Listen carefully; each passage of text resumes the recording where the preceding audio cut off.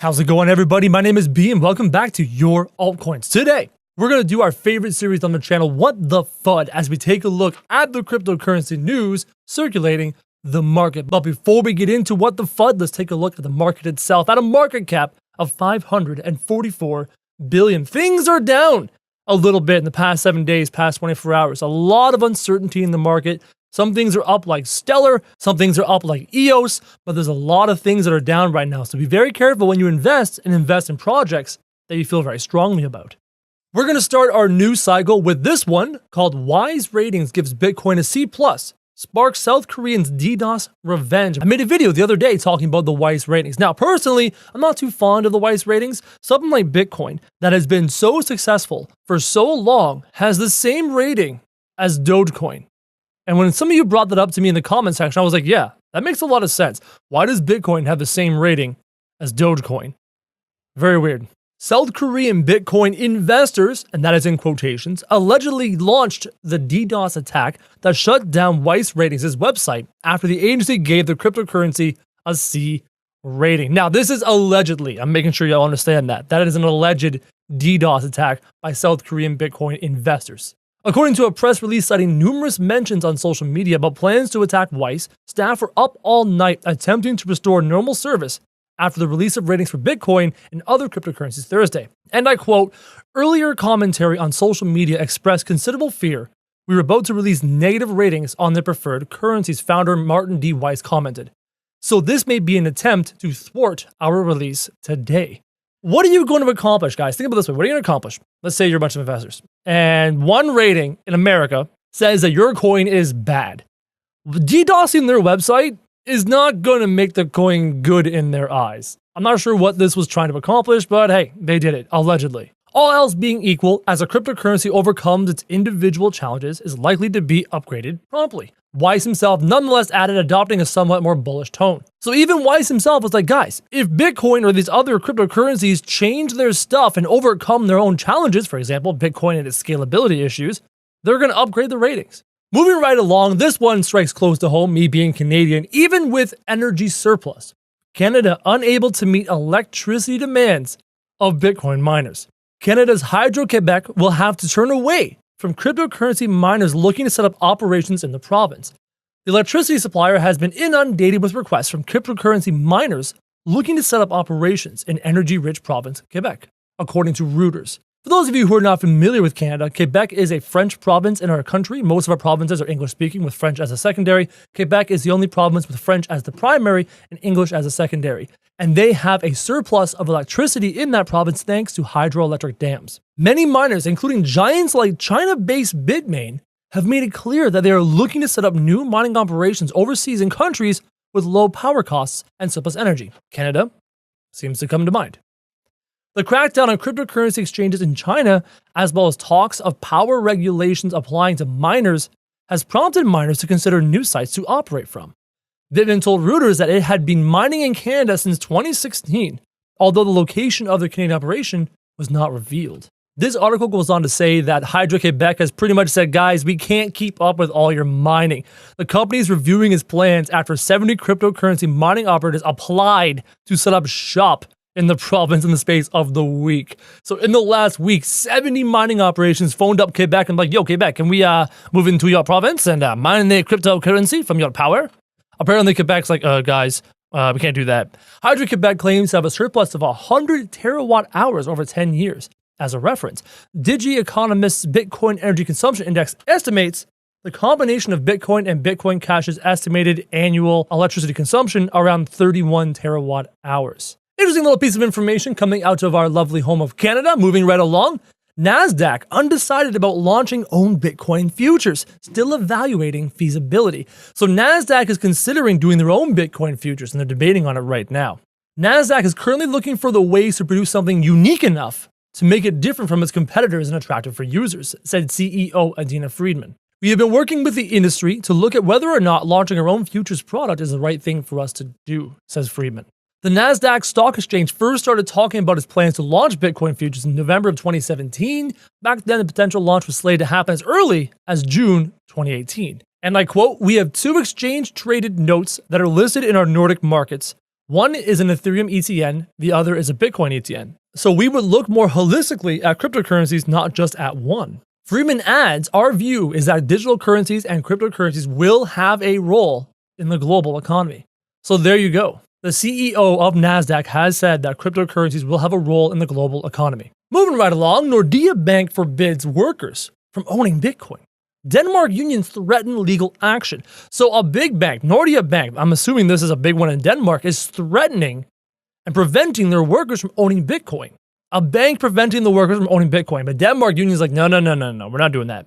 Danish finance and workers' rights figures have threatened legal action against major bank Nordea after it announced this week that it will ban its employees from owning Bitcoin by February 28th.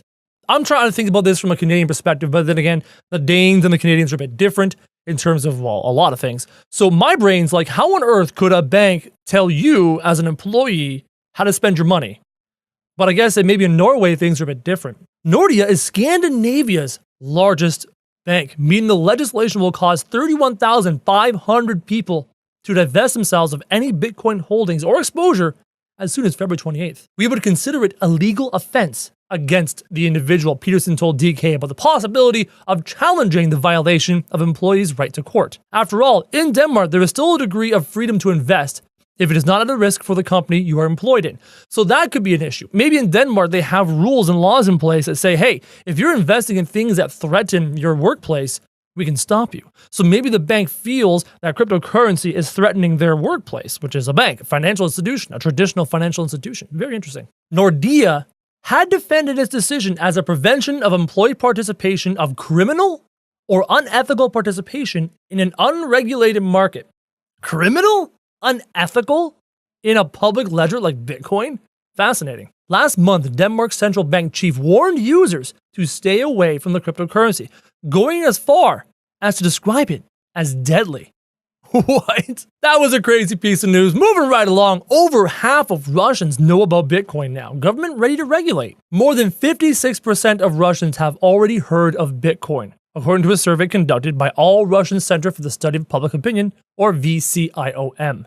The popularity of Bitcoin and cryptocurrency as an emerging asset class among the youths in Russia has increased exponentially over the past few months. And this makes a lot of sense. I've heard about Bitcoin, let's say years ago, but I didn't know what it really was. I didn't really care. It wasn't until this past Christmas when all of that media hype and all that buzz happened where I got into it myself.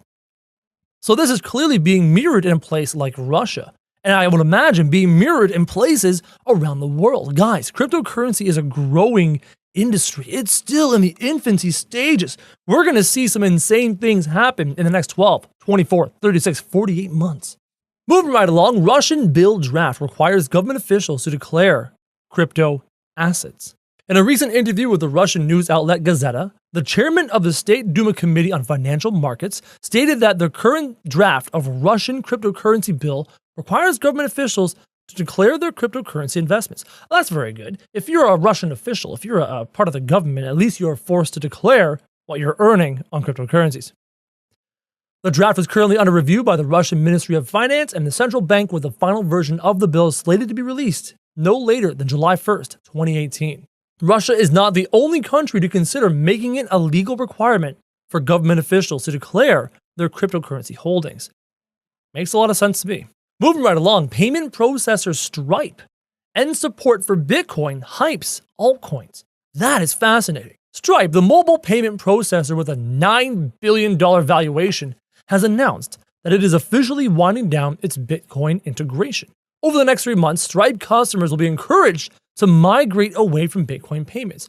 After that, Bitcoin will no longer be accepted at all. In a blog post, Stripe noted the high hopes the company had for Bitcoin when it first integrated with the currency on its platform in 2015. Our hope was that Bitcoin could become a universal, decentralized substrate for online transactions and help our customers enable buyers in places that had less credit card penetration or use cases where credit card fees were prohibitive. Now, the reason why Stripe is cutting Bitcoin out of the equation is slow confirmation times and high fees. This has been talked about for forever. The downfall of Bitcoin is that it's too slow and the fees are too high to make it a real transactional currency. Stripe remains optimistic about cryptocurrency as a whole, but the company sees Bitcoin as more of an asset than a payment network. The company's comments about Bitcoin being an asset mirrors that of Max Kaiser, who sees Bitcoin as a sort of gold 2.0 rather than a medium of exchange. Here we go, this is useful. While Kaiser cites Dash as a more viable payment network than Bitcoin, Stripe cites several other currencies as contenders.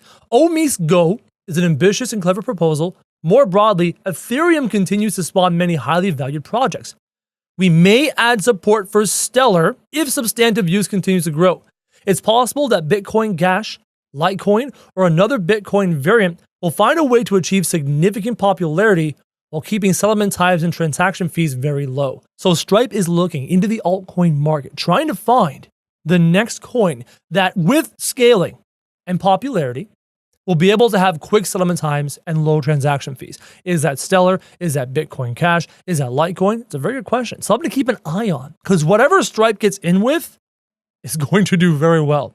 Moving right along, I have a couple more pieces of news for you. This one from CoinDesk, which says microfinance giant Robinhood makes big bet on Bitcoin trading. Announced today, the company, which was founded in 2013 as a way to democratize stock trading, said it plans to roll out Bitcoin and Ether trading services via its mobile apps next month. Not only does the company hope to attract cryptocurrency enthusiasts to its more traditional products, but it is also launching the service to catch some of the momentum cryptocurrency has seen of late. The company, which is regulated in the US by the SEC and FINRA, plans to offer crypto trading services for free. Plus, it promises instant transfers on cryptocurrency purchases for amounts of $1,000 or less. So the hopes of this firm, the hopes of this company, is to attract the $550 billion in the crypto market, those customers, to its platform to hopefully then invest into more traditional things. I would like to see the opposite, that by having cryptocurrency on this platform, traditional investors see the volatility in the cryptocurrency market and invest in that. So at first, Robinhood plans to have only Bitcoin and Ethereum tradable. Is going to allow you to watch other coins such as Bitcoin Cash, Litecoin, Ripple, etc. For now, Tanev isn't revealing any possible plans to start trading other cryptocurrencies. However, he said that a listing committee had been established to analyze factors such as security, functionality, and demand to assess cryptocurrencies that could be added to this trading functionality or the market data list. So this company is going to do Bitcoin and Ethereum at first and may expand into others. And finally, we are going to end What the FUD with a personal favorite of mine, because everyone loves a good Ponzi scheme. Investors file class action lawsuit against Bitconnect after closure. Good. Just a week after the abrupt closure of Bitconnect's lending and exchange platform, investors are seeking legal action to claim back their funds, according to a public document. The class action case, filed with the Southern District Court of Florida on the 24th of January, alleges that Bitconnect issued cryptocurrency tokens that were effectively unregistered securities and gather additional funds as a wide-ranging Ponzi scheme. Because that's what it was, everybody. And I just wanted to end on this very positive note on something that is so negative that at least somewhere people are trying to take action against Bitconnect for the garbage they created. So that was our daily news roundup in this edition of What the FUD. Hope you enjoyed it. Hope it brought you a little bit of value and you guys learned a few things about the taste, about the water temperature of the cryptocurrency market. And as always, thank you very much for watching.